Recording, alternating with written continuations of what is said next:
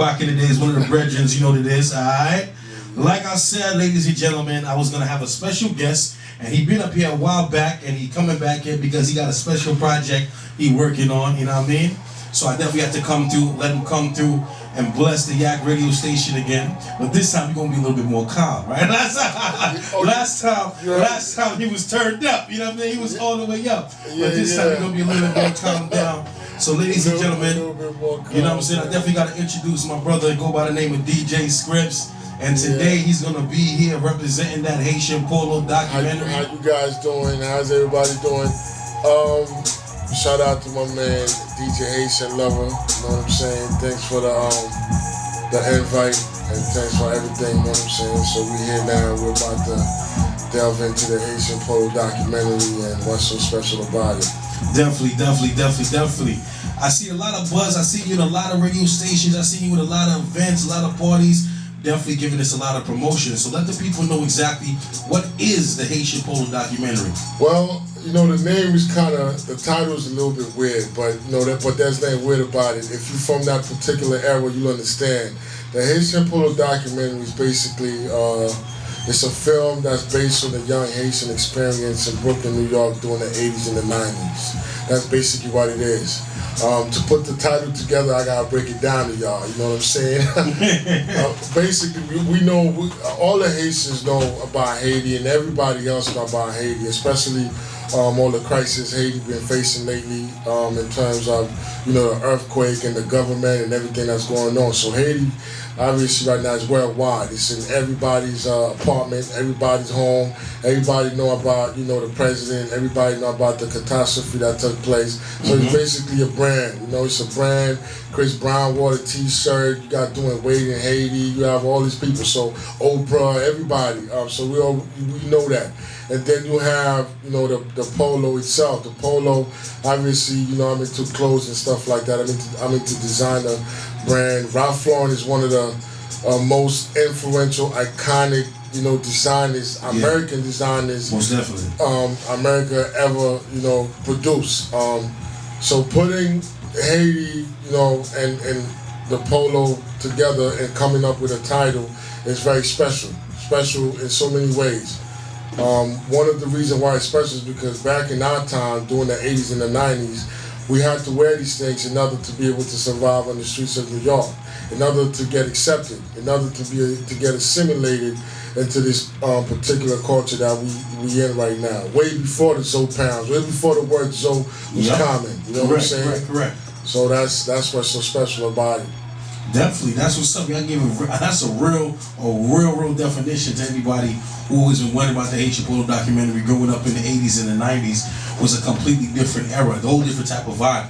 I remember one point in time, Scripps, a lot of Haitians wasn't really shouting out or really, you know, or really branching out, let people know how Haitian they were. You know what I'm saying? It wasn't like, they felt as though at one point in time it wasn't cool or wasn't fly to be Haitian. Exactly, because we were stigmatized heavy. You know, with the HBO, Haitian booty scratcher, Haitian got HIV, Haitian go back to your nation, things like that. So when you're a young person, obviously you're gonna feel the peer pressure. And if you in the crew, you're gonna try to hide that you Haitian, especially if you don't have an accent.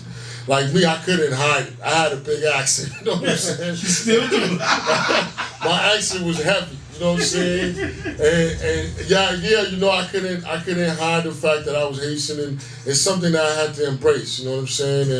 And we here now, man, and I'm very proud and I'm very excited to be part of this and putting this film together. Absolutely. That's what's up. So you let them know it's a film, right? Well, it's a documentary film. It's a documentary film. It's a timepiece talking about specific time periods when these things occurred. New York City was wild back in the 80s. It was crazy in the 90s, and I'm very fortunate to put this thing together. That's what's up. Now we have a lot of iconic actors, musicians, and celebrities who are Haitian, and I feel as though now we find a lot more people coming out, you know, branding the ethnicity. You know what I mean? Yeah, exactly. We have to lay down the foundation. Wyclef did his thing, and all these other people are doing their thing now. But you know, we had to really cement that in terms of fighting for what we deserved, and that was our respect. We had to really go hard. We had to unify. We had to get fly. We had to walk with the lean. We had to talk with the talk, and we had to protect ourselves. We had to fight continuously. And after a while, you know, people give in and they started respecting the Haitians. And then, you know, you had Wycliffe came through in the Grammys with the Haitian flag, and that kind of cement everything. Everybody, and from that point on, everybody was so proud, man. And then here we are now. You're right. You're absolutely right. You are absolutely right. Now we have a couple Haitian movie stars, you know, who are bracing, and a couple actresses like, you know, Garcelle Bouvier. Yeah, Garcelle. The funny thing about Garcelle Bouvier, Garcelle Bouvier's cousin lived on my old block. Oh yeah? Yeah, man. I'm dead serious. I don't believe it till this day, but I saw the pictures and I saw her, and then I'm like, okay. Yeah, man. That's what's up. That's what's up. And we have other people who have Haitian ethnicity.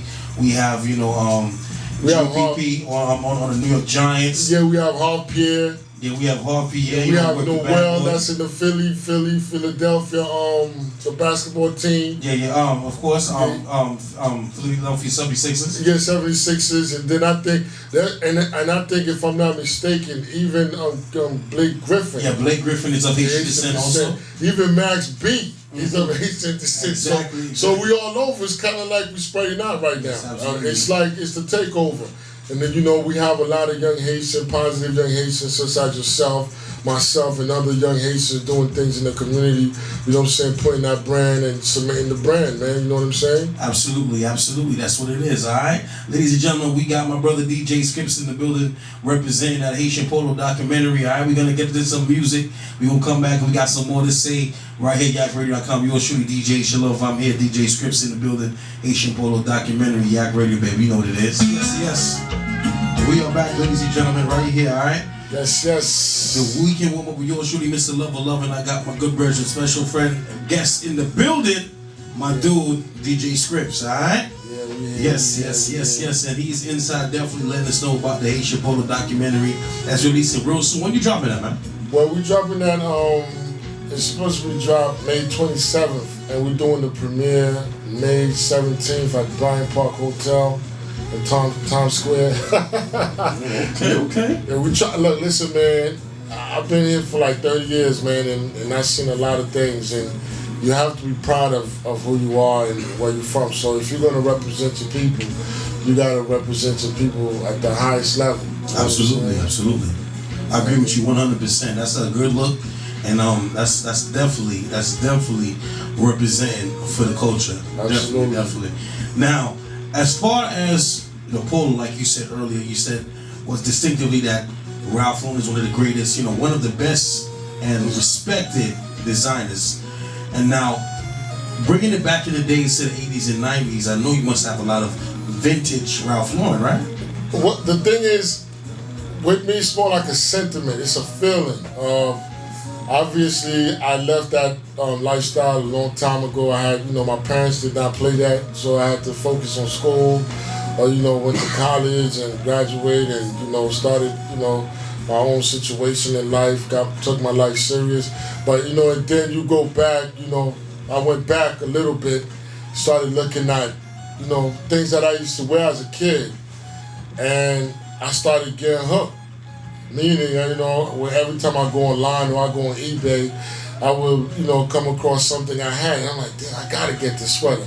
So that's how I started collecting vintage again, and then reconnecting with some of my old school buddies. Come to find out they're doing the same thing I'm doing. I was like, I thought I was weird, you know what I'm saying?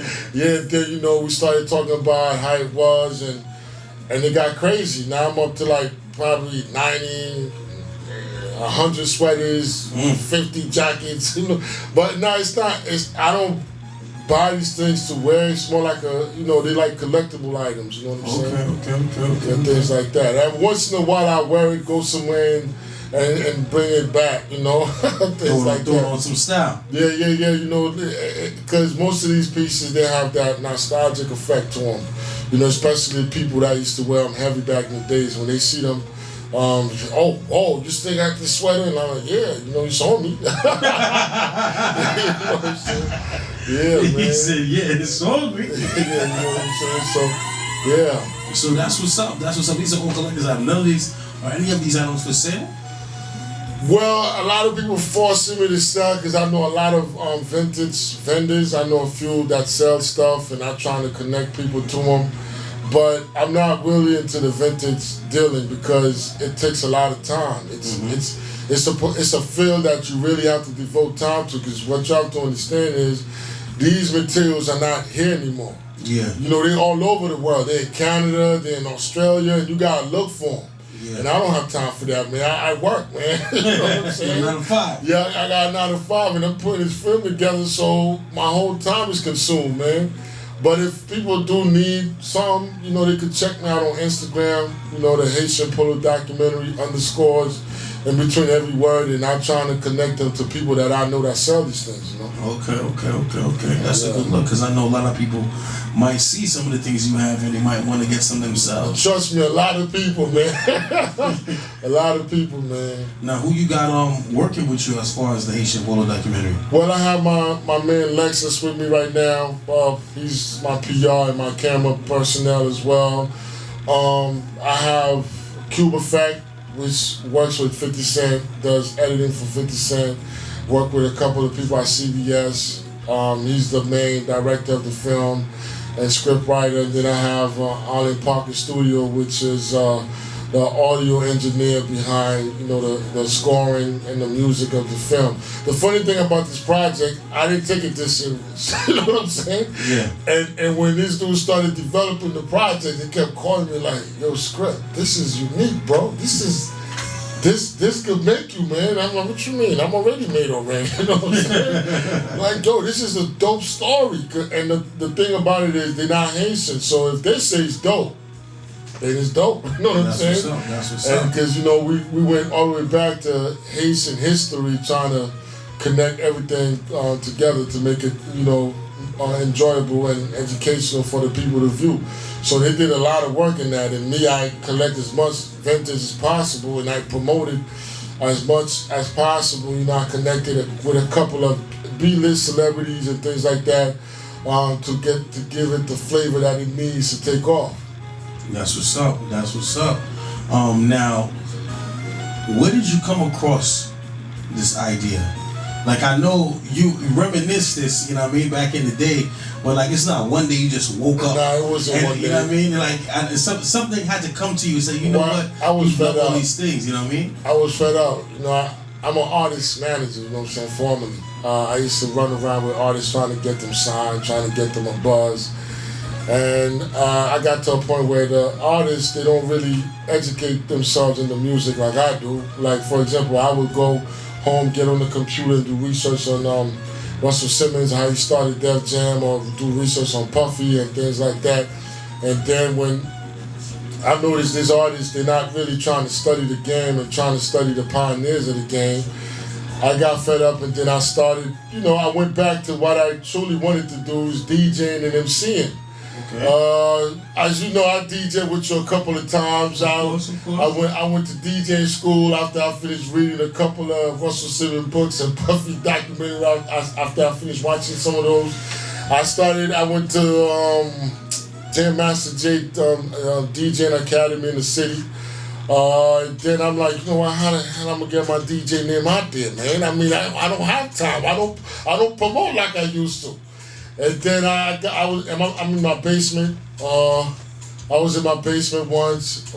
I was in my basement, and then I started saying, man, damn, I can't promote like I used to. Because I used to be out there promoting with James and all these people and things like that, trying to get Black Diamond off the ground, so a lot of people knew me. Yeah. But once I made that transition to DJing, it's like I'm a competitor now. You know what I'm saying? People don't want to hear me. So I'm like, damn, this is very competitive, especially with Serato and virtual DJs and all these new digital stuff. Yeah. So you have 1 million DJs in the market, and I wanted to skip the line, man. You know what I'm saying? It's hard to do that, brother. It's really hard. Yeah, man. So I practiced day and night. You know, my little DJing skills started getting back, you know, getting how it used to be. And then I said, you know what, F that. I'm going to start producing film. I'm going to produce film and put my own music in my film. You know what I'm saying? Because, you know, I got a lot of records that with artists, and I could get artists to do records for me. So and then I'm like, you know what? I'm gonna do something very conscious, something that, you know what I'm saying, once I put it out, people are gonna relate to it. And they're gonna see it, they're gonna understand it, they're gonna jump on it. Whether they're new or they're old, especially the old generation, they're gonna body real quick. The new generation, they're gonna be baffled about it and they're gonna ask questions about it, and my name gonna go wildfire. And then I'm like, you know what, and I looked at my collections, and at the time, me and my artists and everybody were talking about vintage this, vintage that. So I said, you know, I'm gonna do a low life story. But come to find out, the low life story is very complicated because I'm not a low life. You know what I'm saying? Although I wear low and I've been wearing low all my life, I'm not a low life. The low life situation is a whole new different movement. Absolutely. So there's too many red tapes and too many co-signing, too many people I have to get to agree with me. Then I say, you know, too many headache, I don't want no problem with anybody. I'm gonna do a story about us. I'm gonna do a story about the young Haitian immigrants that came here during the 80s and the 90s. And then I named it the Haitian Polo documentary. You know what I'm saying? And I put it on Instagram, and I started talking about it. People were laughing. I was laughing. I'm like, you know, I didn't take it serious until, you know, I'm like, you know, wait a minute. When people laugh at you, sometimes they don't even know what the hell they're laughing at. You know what I'm saying? And then I just started working on it. I got involved with this production company in Atlantic City. They took my money and they started working, and we fell apart. And then I took the idea to a new studio in Brooklyn, New York, and then lo and behold, the Haitian Polo documentary. I made a few phone calls. I got Sadat X on it. You know what I'm saying? From Brand Nubian. I could have got more people on it, but it's just that I was impatient. I got Ziggy Princeler on it from Toss It Up, Record in the Dough. Because, you know, I know a few people out there. And then I got the head of the Low Life, Thirstin. Howl. He's one of the founding fathers of the whole Low Life movement, based on his information. So he's on it. So this film is highly anticipated, and people can't wait for it. Even me, I can't wait for it. You know, and then, you know, we're here. And then, you know, my production team, these dudes, they're very professional, so they kind of walk me through it in terms of getting everything registered and putting it out there and try to, you know, sell it to the general public and get my money back from it. That's what's up. That's what's up. It's like look at it, a small idea to making a big buzz as it is right now. And I definitely got to congratulate you, because I know the buzz is really moving. I've seen it, I've heard it, and you know, definitely have to come through. Much, man. Yeah, definitely have to have you come through. You know, bless up the Yak Radio airwaves again. So you know, we definitely want to give you a round of applause, and definitely a big respect and the horn. And then on top of that too, a lot of people think I'm selfish. No, I'm not. I want to do this thing to expose all the young Haitian talents that's out here in Brooklyn, New York, and Queens and Long Island. There's a whole bunch of us. So you know, yes, we do have all these Haitian celebrities in the mainstream media doing their thing, but we do have young, genius, intelligent Haitian kids out here who, you know what I'm saying, like myself and yourself and many others, who's looking for that major break in that platform to display our talents. You know what I'm saying? And I think this film, and that's one of the things I want to accomplish with it, and I think this film gonna do that, because I really love, you know what I'm saying, the fact that I see, you know, how the young Haitians are, you know, assimilating into the mainstream culture, and they're taking it as their own. But you know, I want people to know, yeah, we Haitian and we doing that. You know what I'm saying? You know, Y'all heard it here first. You know, Definitely again, scripts they can find you and when they're dropping the Haitian Polo documentary. Well, video. we're on YouTube. All you have to do is type up the Haitian Polo documentary. You're gonna see the trailer. It's on there. We're on Facebook. We have a Facebook page, the Haitian Polo documentary. You can go on there and like the page. The more like, the better. Then we also have a group, a Haitian Polo documentary group on Facebook. We have Instagram, which is the Haitian Polo documentary with underscores under every word. Once again, the Haitian Polo documentary with underscore between every word. And then we have me, who's the producer, DJ Script. That's DJ underscore SRIPZ, and on Instagram. And we also on Twitter. It's it's underscore Polo Doc on Twitter. You can find it on Twitter also. So we're everywhere. And we have Cage Cubes, Lex, I think it's LEXX, N01. We on there too. So Cage Cube is basically Cage is CAGEDCUDEZ, right? Cage Cube, Cubes. All right, that's right. And that's that. Well, Cube is spelled CUBEZ. All right, no doubt. Yeah. So we on there. So we trying to get the whole Instagram thing going. Trying to get at least like 20 of us, doing Instagram releases every now and then, so we could go viral. All right, no doubt. So y'all heard it first, ladies and gentlemen. All right, DJ Scripts, the Haitian Polo document. Look out for it.